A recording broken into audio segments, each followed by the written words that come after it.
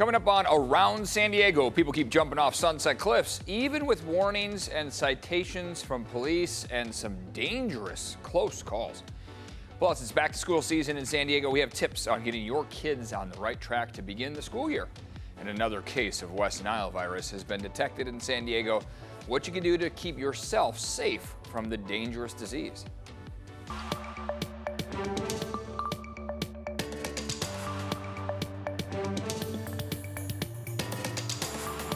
Thanks so much for joining us as we take you around San Diego. I'm Eric Connard. I'll get you caught up on the week's worth of news and look ahead in less than 30 minutes. We start with our top story, a surprise twist in a high-profile murder case that led to an international manhunt. Yolanda Marodi is now pleading guilty to the second-degree murder of her wife, Cal Fire Captain Rebecca Marodi in Ramona.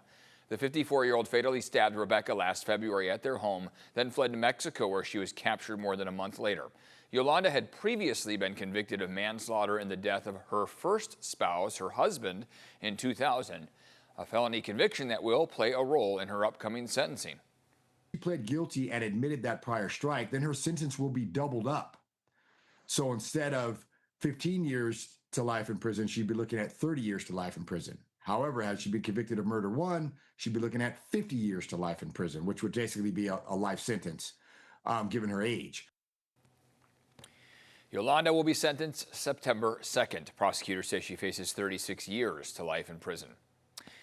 Well, people are still jumping from the cliffs at Sunset Cliffs, despite a recent viral video of a teenager getting seriously hurt right there. Boom! Hits his tailbone.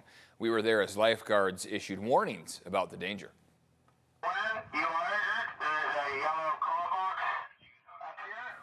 Yeah, you hear him talking about that yellow call box right there, or to call 911 if anyone is in an emergency. San Diego Municipal Code prohibits jumping from any natural or human-made point of land that is more than 5 feet above the water. That's the law. Despite the warning, minutes later, people jumped right back in. You know, it's kind of not okay. You still do it? Yeah. I've never seen anybody try to scale the wall to come back up. I think if you're gonna do it, you should know the way to do it and know what you're gonna do, how to get out, stuff like that, and not be an idiot. Lifeguards say there are hidden rocks, changing tides, and strong surf, as well as unpredictable currents that can turn a single jump into a tragedy. Police tell us they have issued at least 18 citations and 300 warnings to cliff jumpers. San Diego Fire Rescue say it has also increased lifeguard staffing at Sunset Cliffs to help respond more quickly when emergencies happen. San Diego County public health officials say at least 4 people have contracted West Nile virus since June. They say one person was hospitalized for several days, another had mild symptoms, and 2 cases were detected through blood donation screening. One of the cases was acquired locally. No deaths have been reported from the virus, which mosquitoes can transmit to humans after biting infected birds. You can prevent mosquito bites by wearing long sleeves, using repellent, and drain standing water to keep them from breeding. In response to the rise of West Nile virus, County Vector Control are dropping larvicide to try and control our mosquito population. Officials say the larvicide is safe for humans and pets. California has reported 2 deaths in the central and northern parts of the state. Right now on the CBS 8 app, you can find a special on mosquito season. It covers how experts recommend staying protected, and it debunks common myths. Stream right now for free. Mayors from nearly every city in the county are trying to coordinate a regional response to San Diego's homelessness crisis. They gathered in Solana Beach, with the exception of Santee and Coronado. Leaders signed a regional declaration committing to work together. Contract, and we don't have a strategic plan, but it's just the thought that they understand that homelessness is a regional crisis. We got to work together. Now, some debate continues here, particularly over most accurate way to count the number of unsheltered people throughout the region. A developer is continuing his push to build a massive ADU project in Pacific Beach. After negative feedback from neighbors, he agreed to scale down the project a bit, but people living nearby say it is still too big and too dangerous. Brian Dole, CEO of Infill Innovation, says the proposed 6-building project has fewer units and more parking spots now. He also claims it's close enough to a trolley stop to help the city of San Diego comply with state housing mandates. But residents say it's the wrong project for this neighborhood. Frankly, it's an apartment complex. It's passing itself off as an ADU project. It's ridiculous. I mean, it makes no sense whatsoever. Right now, everything's on hold while a lawsuit filed by Neighbors for a Better Pacific Beach moves forward. A court date is scheduled for November. La Mesa locals are also concerned with a new apartment project that might not have enough parking. City leaders say that this development has cleared its final hurdle. It will be at the intersection of Palm and Allison Avenues at the U.S. Bank parking lot. It's right across the street from another complex already under construction. And because both are so close to public transit, they are not required to have the same number of parking spaces as they do units. I just don't think this is the spot, really. I think it's already too congested. Unless they're building like parking garages, I don't think it's very feasible to have even more people living here. Councilmember Laura Lothian says she's working on ways to create more parking using existing space. Her proposals include studying whether some red and white curbs could be converted into parking, adding new stall markings, and repurposing some painted areas for motorcycle and golf cart parking.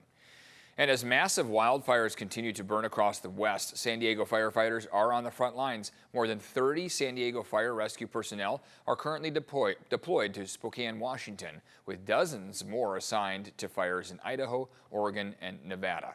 CAL FIRE has also sent crews and equipment and a specialized incident management team to help battle some of the region's largest fires.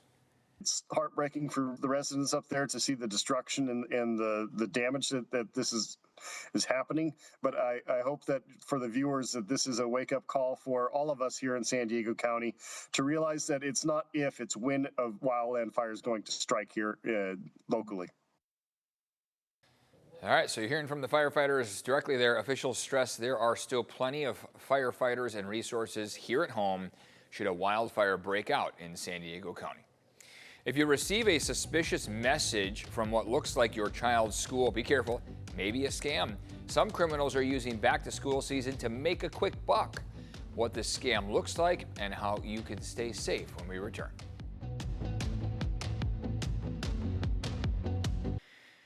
Welcome back here, everyone. Back to school shopping, it's underway. Despite years of inflation, families may not be spending much more than they did before the pandemic. New data shows that electronics aren't as expensive, and that's helping offset the higher prices for things like clothing, shoes, and school supplies. Ivan Rodriguez explains what's behind the numbers and how parents can stretch their back-to-school budgets. From new backpacks and shoes to notebooks, calculators, and computers, the back-to-school shopping list can add up quickly. But LendingTree's analysis found total K-12 back-to-school spending has remained almost flat since before the pandemic. The biggest reason, electronics. Electronics prices had basically fallen a little bit over the past 6 or 7 years.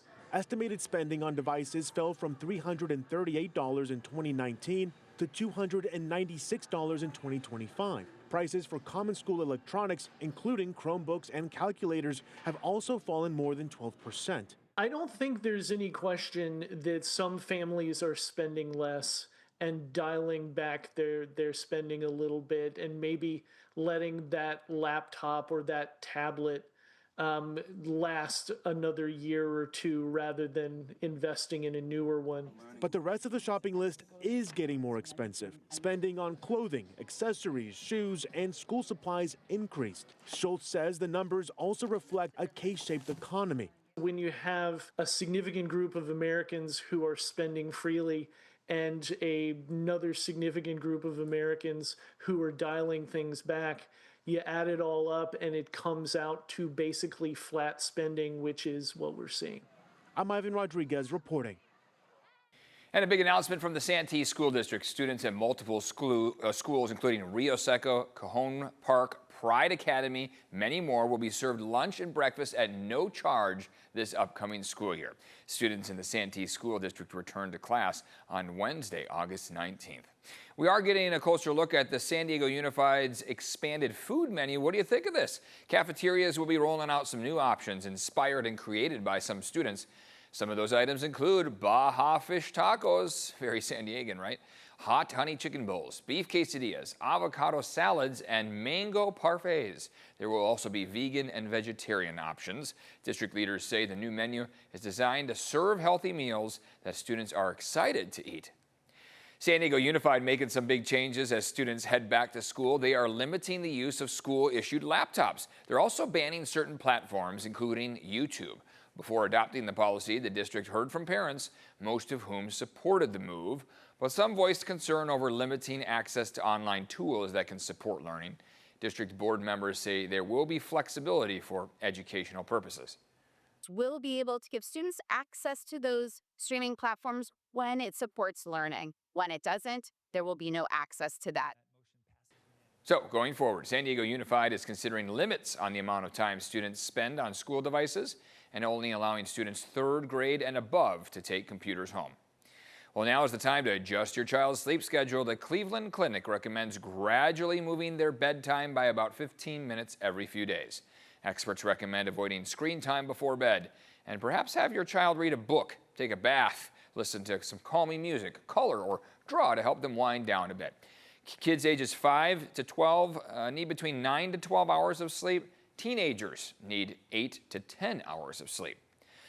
Back to school scams are on as the school year starts across San Diego. And as News 8's Alex Lai reports, criminals are impersonating school staff, teachers, and PTAs to trick parents into handing over their money and personal information.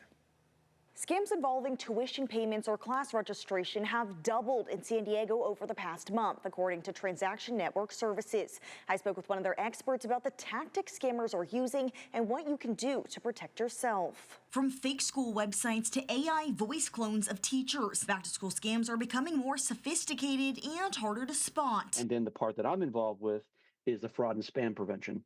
John Haraberta, Director of Project Management at Transaction Network Services, says one trend they're seeing in San Diego is fake fundraising messages. Example, a teacher saying, I need to get some funding for supplies for my class, or your kid signed up for this program, you need to pay this fee, or we're looking for fundraising for the PTA, so click on this link and do these works.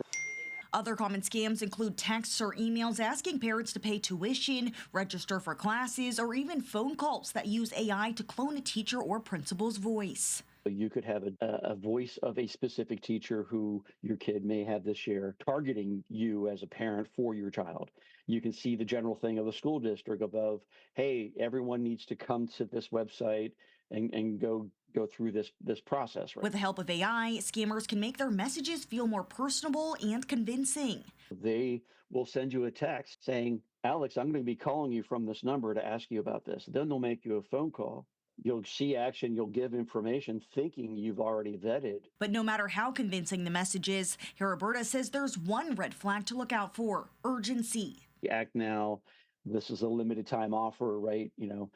Do you want your kid in this class? You've got to click this link. Clicking a link or scanning a QR code could give scammers access to your personal or account information. Haraberta says to be skeptical of unsolicited messages and don't click any links. Instead, verify the request by contacting the school directly using its official website or phone number.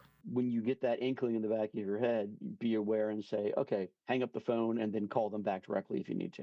I also reached out to San Diego Unified. The school district says it hasn't received any reports of these types of scams, but it plans to share our story with parents to help raise awareness before the school year begins. Streaming right now on the CBS 8 app, a special on back to school season. It covers ways to save on school supplies and tips for managing AI. And we want to see your back to school photos. You can text them to us, 858-571-8888. We'd love to share them on TV.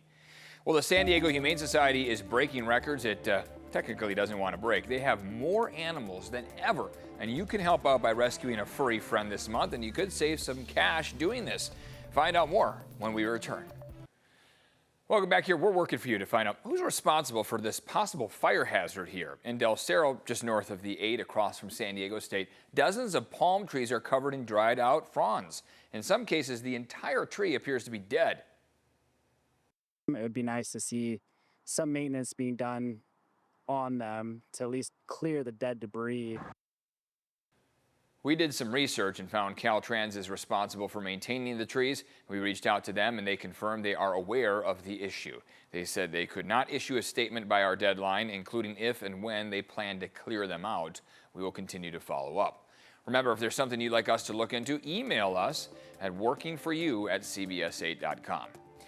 The San Diego Humane Society has more dogs in its care than ever before, and a new campaign is underway to find them new homes. The Humane Society says they've taken hundreds of dogs in recently, and capacity is quickly filling up.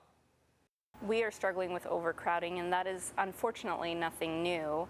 In July, we hit an 11th straight month of record-breaking numbers in adult dogs. Now we have about 800 dogs in our care every single day, and that's just the dogs. Then we have all the other animals too. So we're at about 2,000 animals, and that's a lot.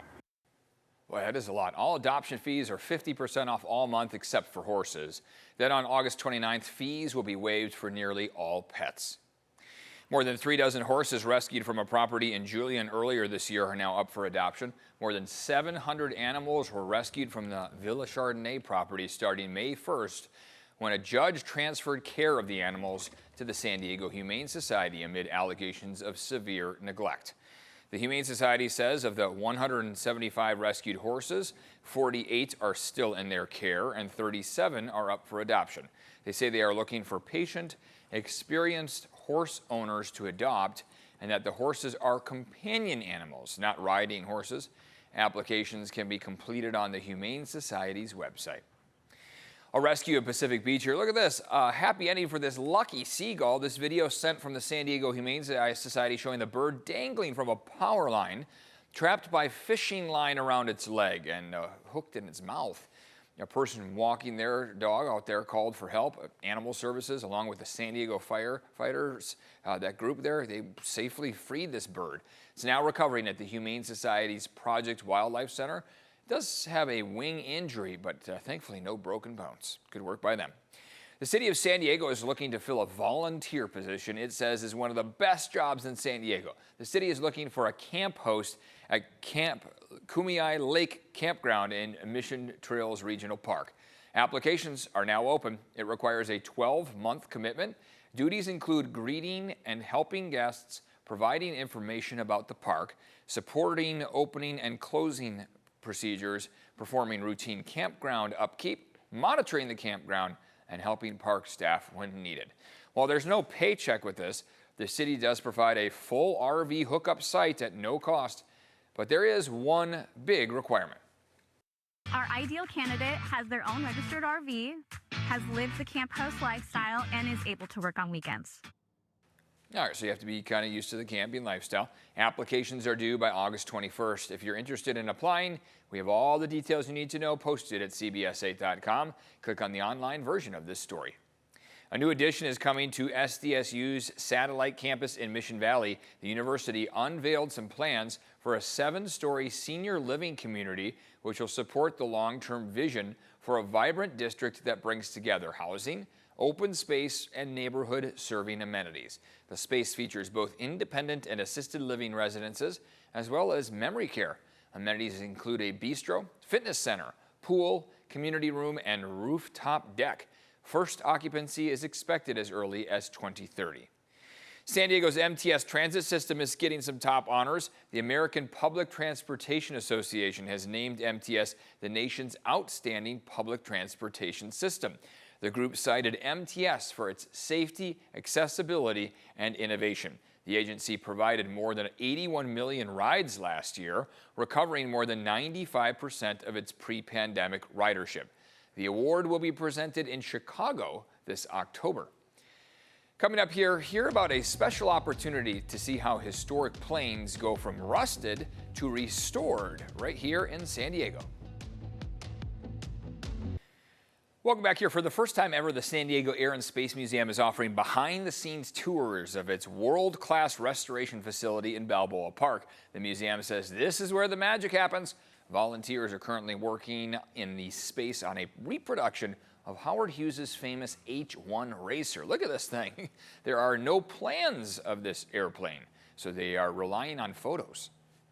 We have to decide what is in this picture that shouldn't be in our airplane. We work down here kind of by ourselves, but it's fun to have people come down and show them what we're doing and share it with them, and maybe they'll get some knowledge they didn't have before. Our docent team was very, very excited about it. Our restoration team was excited about it because in a weird sort of way, they get to show off, you know, that backside, you know, the backstage element to what we do as a museum.